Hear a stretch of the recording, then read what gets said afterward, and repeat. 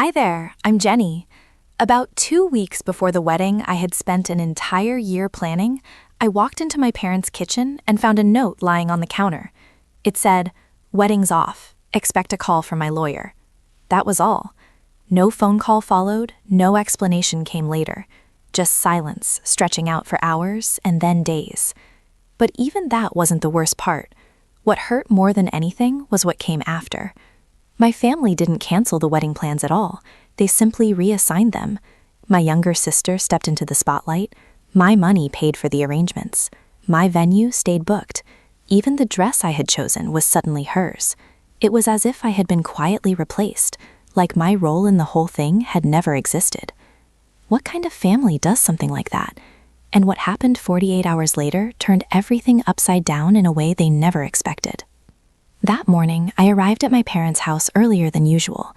The sky over Charleston was still waking up, the sun barely creeping over the rooftops and casting that soft orange glow across the quiet neighborhood.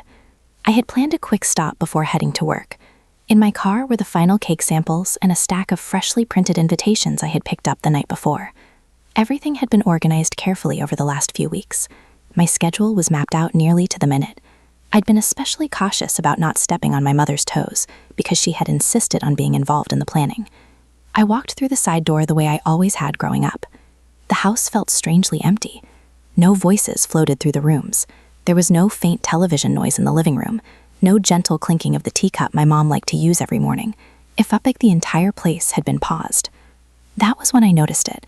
A single sheet of paper sat folded in half on the kitchen counter. It rested in the exact spot where my mom normally left cheerful little notes for me, sticky reminders about picking up flowers or checking the seating chart. But this wasn't written on a bright yellow sticky note, and it definitely wasn't her handwriting. Her notes were usually written in blue ink with rounded, looping letters. This was black ink, sharp and rigid, almost aggressive. I opened the paper. "Wedding's off. Expect a call from my lawyer." 7 words. No greeting, no signature, no explanation. For several seconds, my body simply stopped responding. I didn't breathe. I didn't move.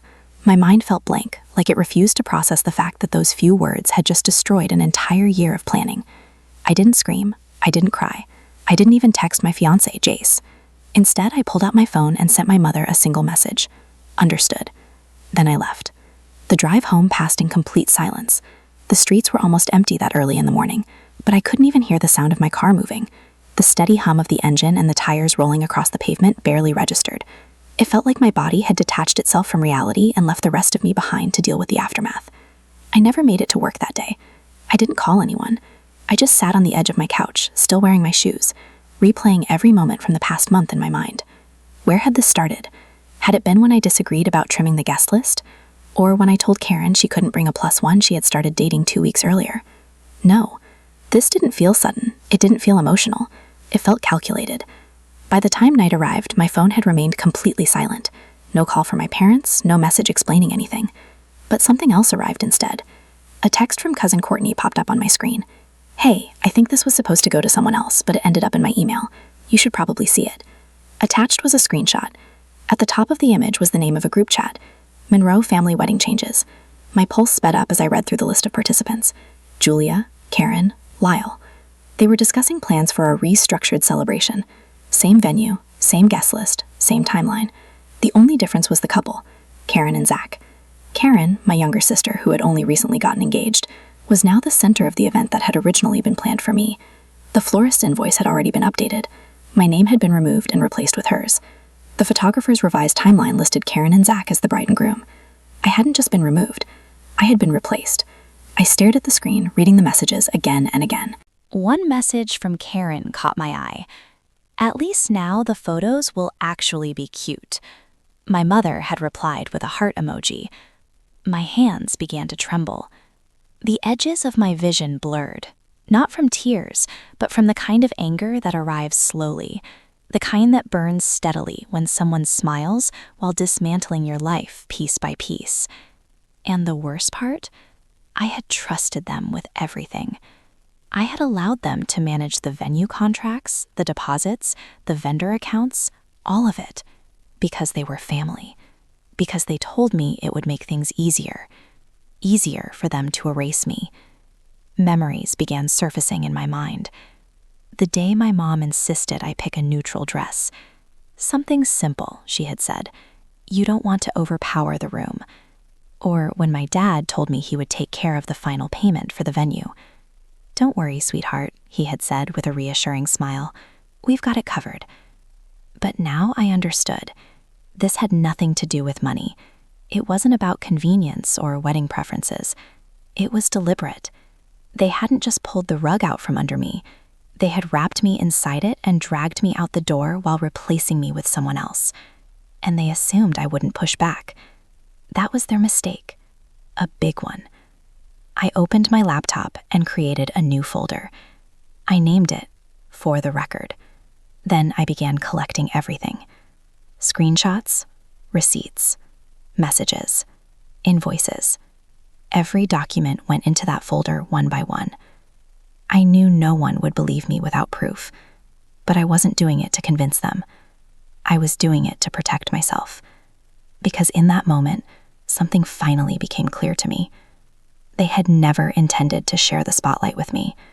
I had simply been a placeholder until someone they preferred stepped in. As the folder slowly filled with evidence, I whispered something quietly to myself. They think I won't fight. That's the only thing they got wrong. There was a time when I did fight back. Years ago, I argued every time they dismissed me or treated me like an afterthought. But eventually, I learned something. Arguing with people who only pretended you mattered when it benefited them was like pouring water into a cracked vase. Nothing stayed. Nothing changed. Now I sat in silence, watching the files accumulate on my screen, while memories drifted through my mind like mist rolling over the marshlands. 2 weeks before that note appeared on the kitchen counter, I had gone to a dress-fitting appointment downtown.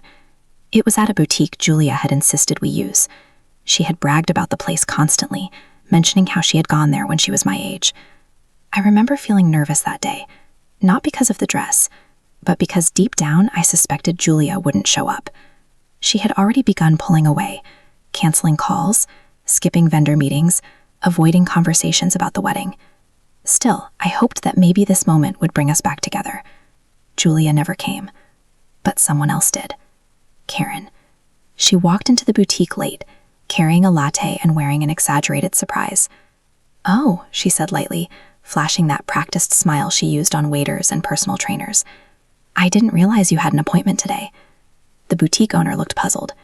"You're not the bride," she said to Karen. Karen laughed like it was a harmless misunderstanding. "Not today," she replied casually. "I was just in the area and thought I'd stop by." She sat down on the velvet bench and began scrolling through her phone. I remember standing there half-dressed, watching her like she had stepped into a mirror where my reflection should have been.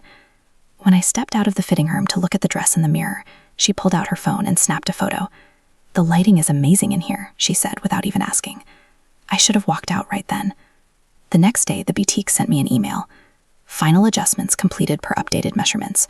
Order ready for pickup under Karen Monroe. They had taken the dress. Not figuratively, literally. My name was no longer on the invoice. When I called the boutique, they told me the change had been made at the request of my family. Family. I didn't argue with them. I didn't send an angry response. Instead, I sat at my kitchen table for hours, holding a cup of coffee that went cold twice in my hands. At some point, I opened the boutique's Instagram page without thinking, and there it was, a perfectly edited reel with autumn leaves drifting across the screen.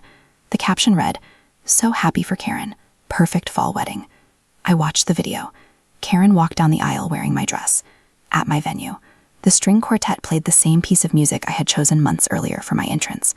Every shot looked polished and glowing, like something from a bridal magazine. Julia and Lyle stood proudly nearby. They raised glasses of champagne.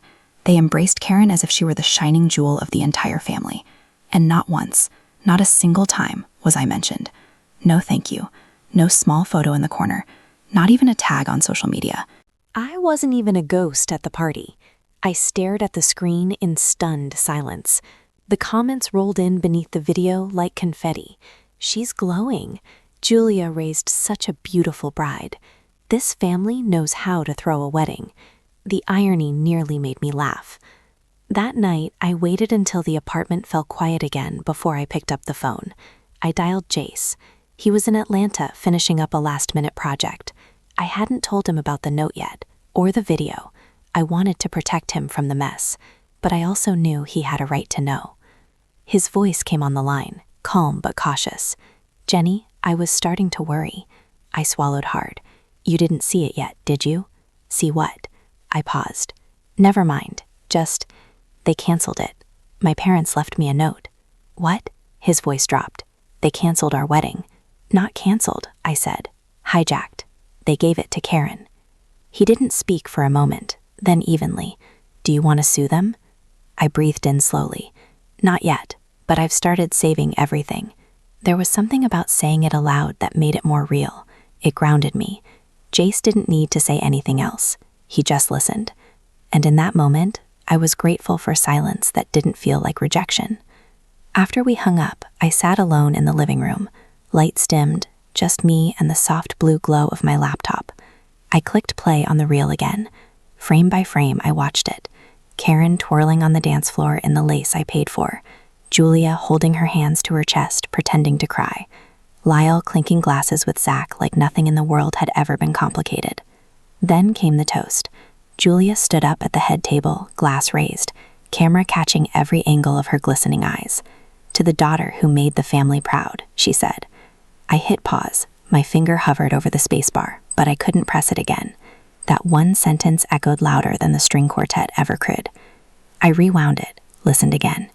Not a daughter, not our daughters, just the daughter. She was right, though. Karen had made them proud because she played the game. She kept her mouth shut. She never challenged their decisions. She smiled when they told her who to love, what to wear, where to go. I used to think I was the rebellious one, the disappointment. But maybe all I ever did wrong was try to live a life they couldn't control. I closed the laptop slowly, the faint click of the lid settling into silence. "They think they erased me," I whispered. "But I'm the only one who remembers everything." My laptop stayed closed on the kitchen table long after the screen went black. I sat still, surrounded by silence that didn't feel peaceful anymore. It felt loaded, like the kind of silence that waits to see if you'll finally snap. I didn't, not yet. Instead, I got up, walked to the drawer I rarely touched, and pulled out my old phone, the cracked one I stopped using after I got promoted. It was mostly dead weight now, but it still had photos, voicemails, and voice memos from years ago. I told myself I was looking for something practical, maybe old vendor quotes or a contact from my early wedding planning. But deep down, I was hunting for proof I wasn't losing my mind, something that reminded me this didn't come out of nowhere. I scrolled through the folders until one labeled Holiday Dinner 2021 caught my eye. My finger hovered. That Thanksgiving had been odd. Julia was unusually quiet. Karen kept going on about a marketing job she hadn't even accepted yet. Dad was glued to the football game. I remembered stepping out to take a walk around the block, needing air after Karen snapped at me for always being so sensitive. Apparently, I had left my phone recording on the table by mistake. When I pressed play, the background clinks of silverware filled the room again. Then Julia's voice. Too casual, too smooth. "She's a sweet girl," she said. And I already knew she meant me. But she's just not like Karen. Not driven, not special. She's fine. That word fine cut deeper than anything vulgar ever could. It wasn't rage or rejection. It was dismissal. Like I was a bland wallpaper in their home. Not worth changing, not worth admiring. She doesn't push herself. She's content. And that's okay. But Karen has potential. I stopped the recording. I didn't need to hear more. My face didn't flush. My heart didn't pound. I just sat there, jaw clenched, staring out the window as a group of kids biked down the street, laughing freely. So this was the story they'd told themselves for years, that I was fine and therefore not worth fighting for. But it hadn't always been like that. There was a time, brief as it was, when I pushed back. Colton. 6 years ago, he had been the first person I ever let in fully, the kind of man who planned weekend trips and surprised me with used books he thought I'd like. I remember the afternoon he invited me to Edito Beach, just the two of us. We were supposed to leave Friday morning. Instead, I woke up to a message. "Jenny, I'm sorry. I can't do this. I think your family was right. I'm not enough." No fight, no second chance, just silence after that. For years, I believed he'd simply fallen out of love, maybe found someone easier. But as I sat now, the words from that old voicemail echoed differently. My family was right. He didn't say, "You were wrong." He said, "They were right." Back then, I couldn't accept it. So I buried it, never told anyone, not even Jace. I reached for my water glass and stared at the condensation trail it left on the table. I wasn't crying. There weren't any tears left for this version of myself. Instead, I stood and walked to the cabinet above the fridge. That's where I kept the documents. The mortgage I signed alone, the receipts from the budding venue, a printed spreadsheet Julia insisted on managing, to keep things in order, she had said. Every page I pulled confirmed something deeper than mismanagement. This wasn't chaos. It was strategy, the kind that erased me slowly, so by the time I noticed, I'd already disappeared. They'd taken my wedding, my voice, my dress. What else had they stolen in the name of family? The worst part wasn't what I found. It was how easy it was to find. A clean sweep. No record of deposits made under my name. No recognition of my work. The guest list edited weeks ago had my email removed. The floral arrangements were now listed under Karen M. My entire presence scrapped. I whispered the question again as I sat back down. A whisper that didn't feel rhetorical anymore. What else have they taken? And for the first time, I didn't feel guilty for asking. That moment of stillness was broken by the sharp ring of my phone. Unknown number. I usually let those go, but this time something in my gut made me press accept. Jenny? The voice asked, nervous, familiar. I didn't answer right away. It's Colton, he said. I heard about your wedding, and I thought maybe you should know more about what happened back then. The room spun slightly. Not from surprise, but from recognition. This wasn't a ghost returning. It was a piece of the puzzle I'd never been allowed to hold. I leaned forward, pressing my palm to my forehead. A familiar ache built behind my eyes. I kept my voice calm. I'm listening. Colton didn't hesitate once I said I was listening. She threatened me, Jenny. I didn't know what else to do. His voice cracked, but I didn't speak. I needed the full story, not comfort. She didn't just tell me to back off. She called my office. My manager said I was involved with someone who had mental instability, that you were emotionally fragile, needed constant care, and that our relationship was affecting your health, that I was contributing to it. I gripped the edge of the kitchen counter, steadying myself. My knuckles ached from how tight my hand clenched the phone. I said nothing, but inside something collapsed. Not like a building that falls, more like a dam that quietly cracks piece by piece, until the flood becomes unstoppable. She said, if I really loved you, I'd walk away so you could focus on yourself. And I believed her. I thought I was doing the right thing. He paused. I could hear it. The regret. The weight he'd been carrying all these years. I'm sorry. I know it doesn't fix anything. I nodded, even though he couldn't see it. My voice came out calm, nearly flat. It doesn't, I said, but thank you for telling me. We exchanged no goodbyes. I hung up, placed the phone on the table, and stared at the window where the streetlight outside glowed over empty pavement. Then I picked up my own thoughts like shards on a tile floor, fitting them into something resembling a timeline. The pattern was clear now, not just in hindsight, but in cold, deliberate detail. Control. Julia didn't just block my path, she bulldozed it, and then told me I had no sense of direction. The next morning, I sat at the kitchen table with my coffee going cold.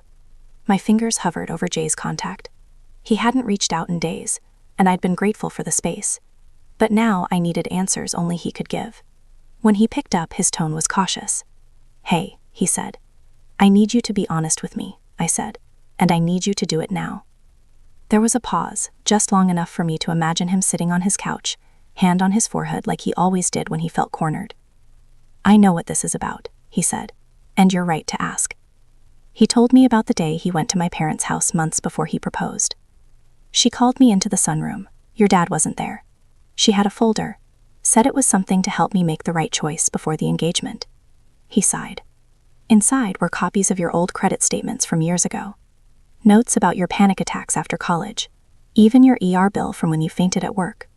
She told me she kept them for emergencies. And the prenup? I asked. Jace hesitated. She had one drafted, said it was just precaution to protect the family's assets in case things didn't work out. Did you sign it? No. But I also didn't tell you. I didn't want to cause a rift. A rift? As if there hadn't already been a canyon? Thank you, I said, and ended the call before I said something I couldn't take back. I stood up, walked into my bedroom, and pulled the small metal box from the back of my closet. Inside were the documents Julia had always said to hold on to just in case. The venue deposit confirmation. It had my name on it. The floral arrangement invoice had come through my nonprofit's account, the one I opened 5 years ago. And at the very bottom, folded neatly in a cream envelope, was the budgeting agreement she'd handed me 2 months ago. I had signed it without much thought. Back then, she said it was to help keep expenses organized. What I held now, though, was no budgeting guide. It was a contract, a silent transfer of assets, a neat little tool to move things out of my hands and into Karen's. I stared at the signature line, mine, above a line that said, authorized financial reassignment for family redistribution purposes. They didn't just cancel my wedding. They reallocated my life. I returned to the living room and dropped the papers on the table. I didn't cry. I didn't scream. But I moved with a new kind of focus, one I hadn't felt in a long time. I opened my laptop, created a new folder, and labeled it restitution. Then I opened my email to julia.amro. Subject, this ends now. The body was short, sharp, precise. You've taken enough from me. If you continue, I will take back everything legally, publicly, permanently. Consider this your last warning. I clicked send. And for the first time in what felt like forever, I felt the knot in my chest loosen. Not because I was done, but because I had finally started. I didn't wait for her reply. I shut the laptop, pushed my chair back, and walked to the window. The sun was beginning to creep over the edge of the rooftops, casting that strange gray-blue light across the empty street outside, the kind of light that feels like a warning. I stood there longer than I meant to, arms folded, heartbeat steady but hard. I wasn't expecting peace, not from them, not from this. But I thought maybe, just maybe, the silence would last a little longer. It didn't. A buzz from my phone dragged my eyes down to the screen. Notification from Facebook. Karen had posted something. I hesitated, thumb hovering above the screen. Then I tapped. Her post was long, crafted, the kind of message someone spends time rehearsing, not just in writing, but in the mirror, over breakfast, while twisting a wedding ring she didn't earn. She called me unstable, accused me of fabricating stories, of having a long-standing pattern of emotional volatility. She claimed I was undermining the unity of the family and lashing out because I couldn't handle not being the center of attention. Julia had liked the post. Lyle left a heart reaction. My stomach turned, but I didn't cry. I didn't pace or shout or throw the phone like I would have years ago. Instead, I opened my screenshot tool, captured the post, the comments, the timestamps, saved them into the folder titled Restitution. If they thought this would break me, they hadn't been paying attention. I poured myself a cup of coffee, sat at the kitchen table, and stared at the post again, not to read it, but to study the responses. Former family friends chiming in, most of them vague but loaded. So sorry you're going through this, Karen. Or, some people just can't let go of the past. They were trying to shame me into silence, but they didn't realize I had stopped playing their game. I tapped Mara's contact. She answered on the second ring. Jen? Her voice was tight, cautious. Hey, I saw Karen's post. You okay? There was a pause. I saw it, I replied. I was wondering if you'd want to meet up. I could really use a familiar face. Mara inhaled sharply, then exhaled like she was about to deliver news no one wants to say out loud. I don't think that's a good idea, she said. Your mom's people listened to her, Jenny. She helped my cousin get into that law firm, and after that thing with your aunt's will, well, I can't risk it. I blinked. No hard feelings, she added quickly. It's just complicated. I thanked her anyway, hung up, and I sat there for a while, letting that moment settle, not as betrayal, but as confirmation. Julia's powder didn't stop at the front door. It ran through the veins of this town like a quiet current no one dared swim against. I took my time that afternoon, did the dishes, cleaned the bathroom, watered the succulents by the windowsill, let the silence stretch, not out of avoidance, but because I needed the space to think without their noise. At dusk, I picked up the phone again. This time I called Karen. She answered like she'd been expecting it. Finally decided to talk. I'm only going to say this once, I said, keeping my voice low and even. Take down the post. There was a beat of silence, then laughter. Not the amused kind, the mean kind. The kind she used in high school when she knew she had backup. You can't seriously think anyone believes you now, she said. You sound paranoid. Just like Mom said. I'm not asking for belief, I said. I'm asking for space. If you keep this up, I won't stay quiet, and I won't just defend myself. I'll dismantle every version of this family you're clinging to. Is that a threat? She snapped. No, I said. That's a boundary. The difference is, I'll keep mine. Whether you keep yours is up to you. I ended the call before she could respond. 2 hours later, as the sky dimmed into a soft purple haze, there was a knock at my door. I wasn't expecting anyone. I checked the peephole. A man in uniform holding an envelope. Courier delivery for Jenny Monroe. I signed, thanked him, and closed the door. The envelope was heavy, thick paper. I sat on the couch, slid a finger under the seal, and pulled out a neatly folded document. Legal notice of removal, beneficiary revocation. The language was formal, cold, bullet-pointed. As of this date, Jenny Monroe is hereby removed from all family estate considerations, including property, financial trusts, and personal assets managed by the Monroe Family Trust. No reasons listed. At the bottom, in clean slanted ink, was a single closing line. As of now, you are no longer considered part of this family's future. I stared at it, felt no rush of heat, no bile at the back of my throat, just a long, slow breath leaving my chest. I folded the paper carefully, set it on the table next to the screenshots, then stood up and walked toward my desk. They thought they'd buried me, but all they'd done was draw a line, and for the first time in my life, I was ready to step over it. I didn't sit down right away. My legs carried me to the cabinet across the room, the one I'd avoided opening since last winter. On the top shelf, behind a stack of old holiday cards and unopened scented candles, sat a worn black binder and a hard drive labeled Finances Backup. I laid them both on the kitchen table and opened my laptop. There were 2 versions of myself stored inside that spreadsheet.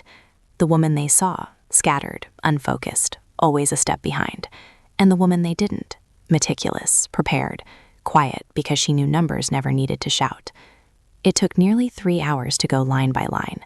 I revisited every Venmo transaction Karen ever requested with the word urgent, every bank draft where I covered their utilities, just until Dad's bonus clears, every florist receipt from the venue they claimed I hadn't paid for. By the time I was done, the total sat just above $38,000. I printed the pages, slipped them into plastic sleeves, and filled the binder. Then I labeled it Ledger of Record. I wasn't building a case, I was building a wall they couldn't pretend not to see. Around noon the next day, I stepped out for a walk, just to clear my head.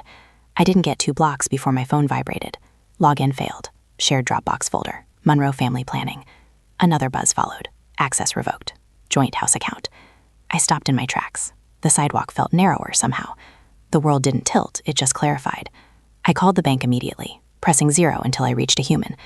I need to confirm activity on an account I co-managed, I said, giving the details flatly.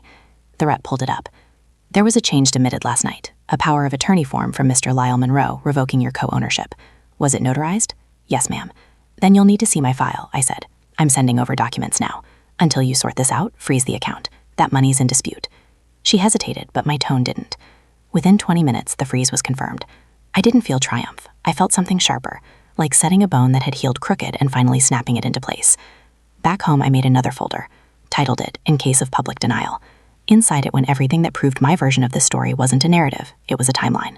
Text messages from Karen promising repayment, email threads with Julia discussing shared costs, digital contract signed under my name for venue services now credited to them. I didn't plan to post them, but I wanted them ready. People like my family didn't fear confrontation. They feared being unmasked, not with emotion, but with receipts. And that was the one thing I'd always kept. I closed the laptop, stood up, and made tea. The act was simple, mundane even, but it steadied me. My hands didn't shake as I poured. My breath didn't hitch when I sat back down. I wasn't waiting for them to fix it anymore.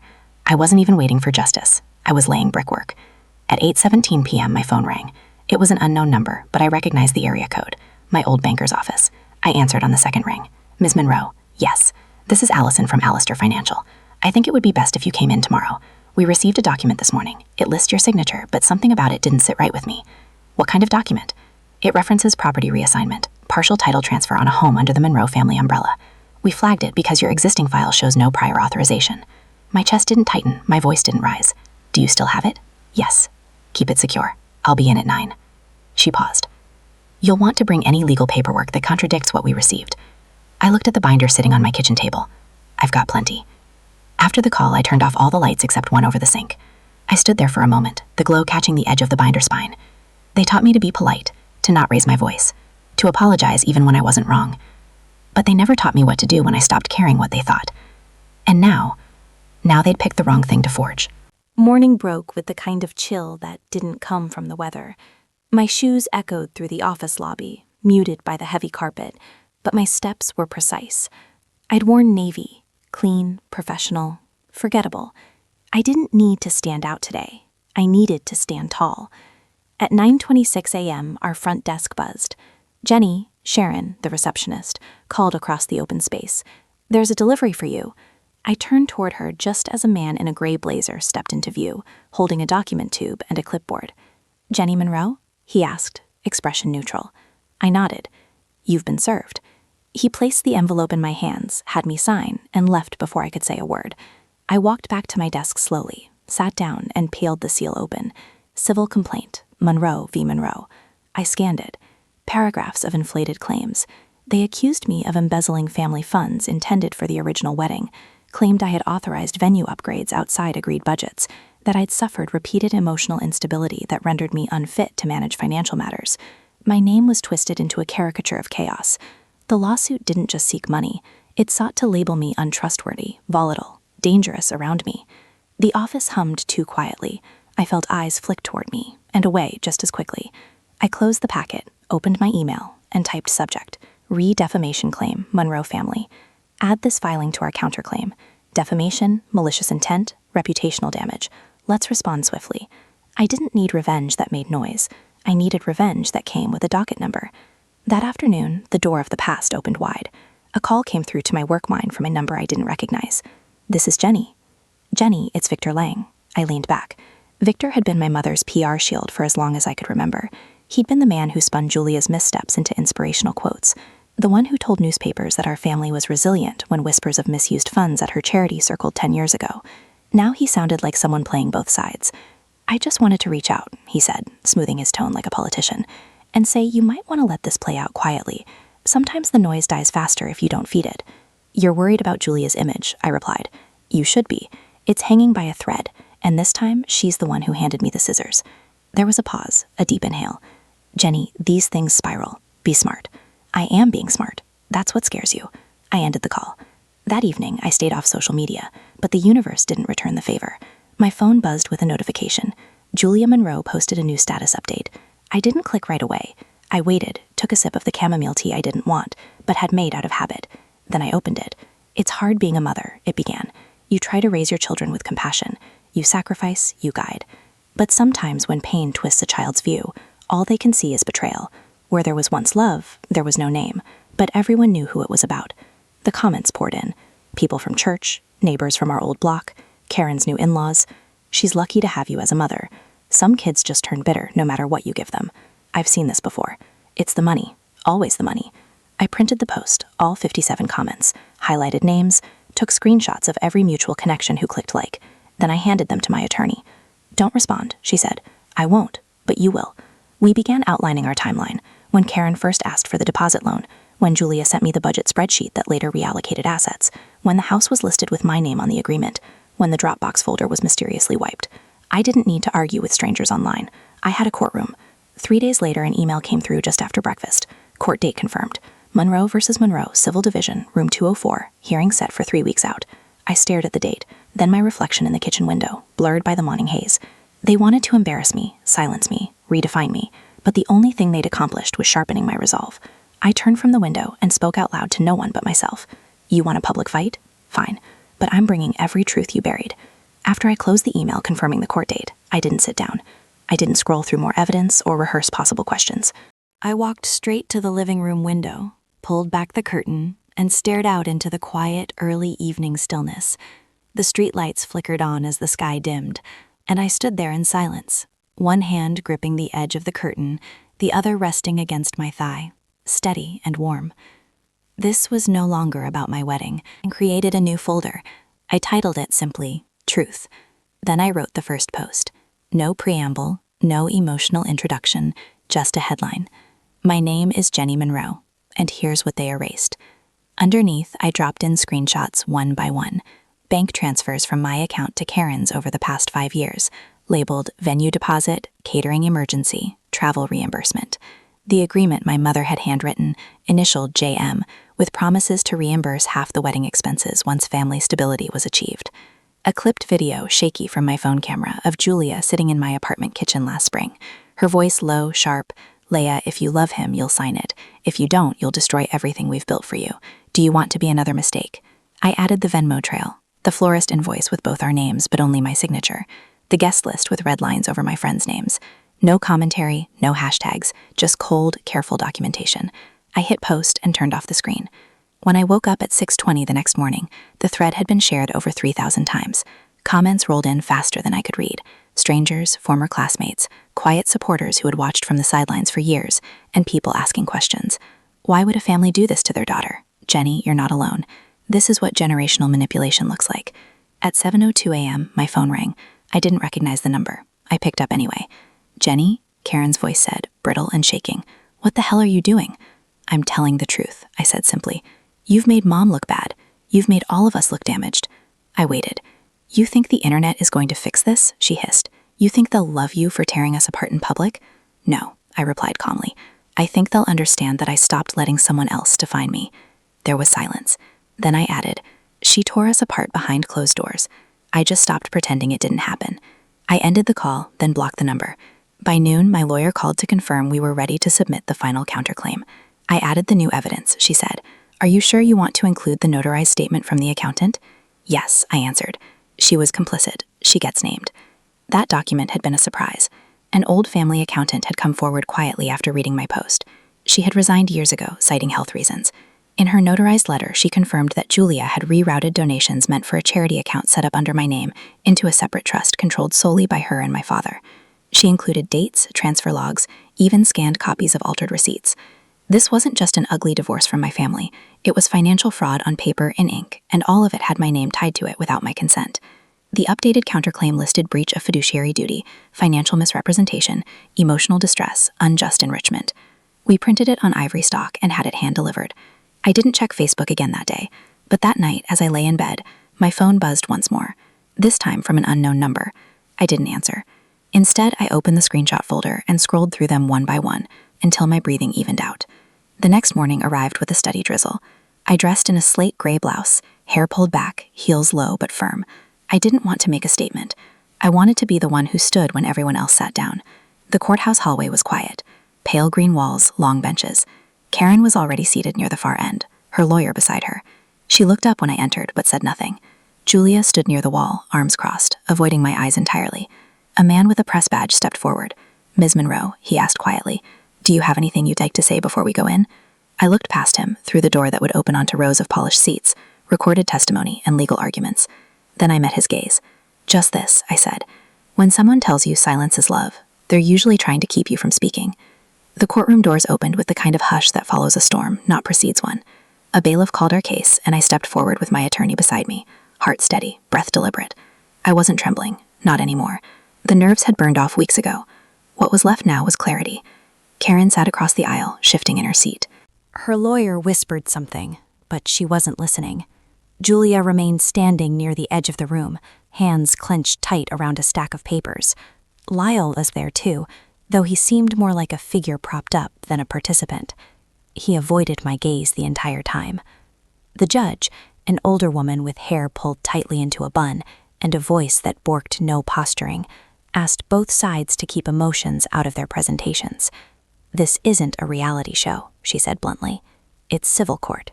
Facts, please. I let my lawyer do most of the talking. Contracts, transfers, recorded conversations. We submitted everything.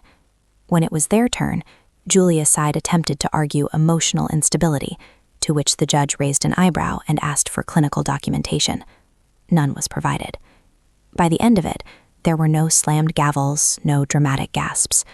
The ruling was measured. Independent audits to be conducted.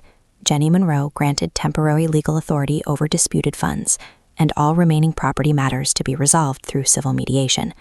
When it was over, Julia didn't speak. Karen stormed out. Lyle followed without looking back. I didn't smile. That wasn't what this was for. This wasn't about walking out victorious. This was about finally standing. 2 weeks passed before I returned to the Monroe house, what used to be home. I arrived unannounced mid-afternoon, holding a manila folder with the final settlement papers and the release form removing my name from the deed. The front door wasn't locked. I walked through, my heels soft against the hardwood floors. The hallway smelled the same, lavender and furniture polish, but it didn't feel like it belonged to me anymore. I paused in the kitchen, ran my hand along the edge of the counter where I used to help bake pies for Thanksgiving. Passed by the staircase I once sat at during high school arguments. stood at the doorway of my old bedroom, and barely recognized the girl who used to cry into her pillow every time her mother told her, "You're just too much." Nothing had changed. Everything had. I placed the folder on the kitchen table. Then I pulled my old keys from my coat pocket, set them gently on top. I didn't knock. I didn't wait for anyone to find me. I just stepped out and let the door click shut behind me. A few days later, a plain white envelope arrived at my apartment. No return address. Inside was a personal check. The memo read, "Reimbursement for dress, venue, and emotional damages." The amount, $31,320, an exact match for what I tallied in one of my earliest spreadsheets. No note, no apology, just the check. I didn't cash it. I framed it underneath the glass on a small brass plate I had engraved. Proof that they knew. It didn't make me whole, but it told me I hadn't imagined any of it. Another week passed before I heard from Mara again. Her name popped up on my screen during a quiet Friday morning at a cafe by the river. "I saw what you did." Her message read, "If you ever need a partner for what's next, I'm in." I took a sip of my coffee, watching a pair of ducks skim across the surface of the water. My laptop was open, cursor blinking on a new document titled Monroe and Wells, Advocacy and Legal Planning for Women in Crisis. The idea had been brewing ever since the courthouse. Because for every woman like me who found her way through the noise, there were 10 more still stuck inside it, wondering if they were the problem. I set my mug down, typed the first sentence of the mission statement, then stopped to read it back aloud. "Freedom isn't loud," I whispered. "Sometimes it's just the sound of no one calling you back." And that, more than any verdict or headline, was the ending I'd been waiting for. Sometimes the hardest battles aren't the ones fought in courtrooms or over dinner tables. They're the ones where you finally choose yourself over being accepted. If there's one thing I've learned through all of this, it's that family isn't built on silence or submission. It's built on respect, accountability, and the freedom to speak your truth, even when it shakes the room. I didn't win by hurting them. I won by stepping away, by reclaiming the parts of me they tried to rewrite. And maybe that's the real lesson here. Closure doesn't always look like justice served in headlines. Sometimes it's just peace and a quiet morning where no one's trying to control your life anymore. What about you? Have you ever stayed silent to keep the peace, only to realize you were sacrificing yourself in the process? I'd love to hear your thoughts. If this story resonated with you, drop a 1 in the comments or tell me where you're watching from. And if it didn't sit right with you, let me know why. I'm here to listen. If you'd like to hear more stories like this, real, raw, and deeply human, make sure to subscribe to the channel so you don't miss what's next. You deserve to be heard. Let's keep the conversation.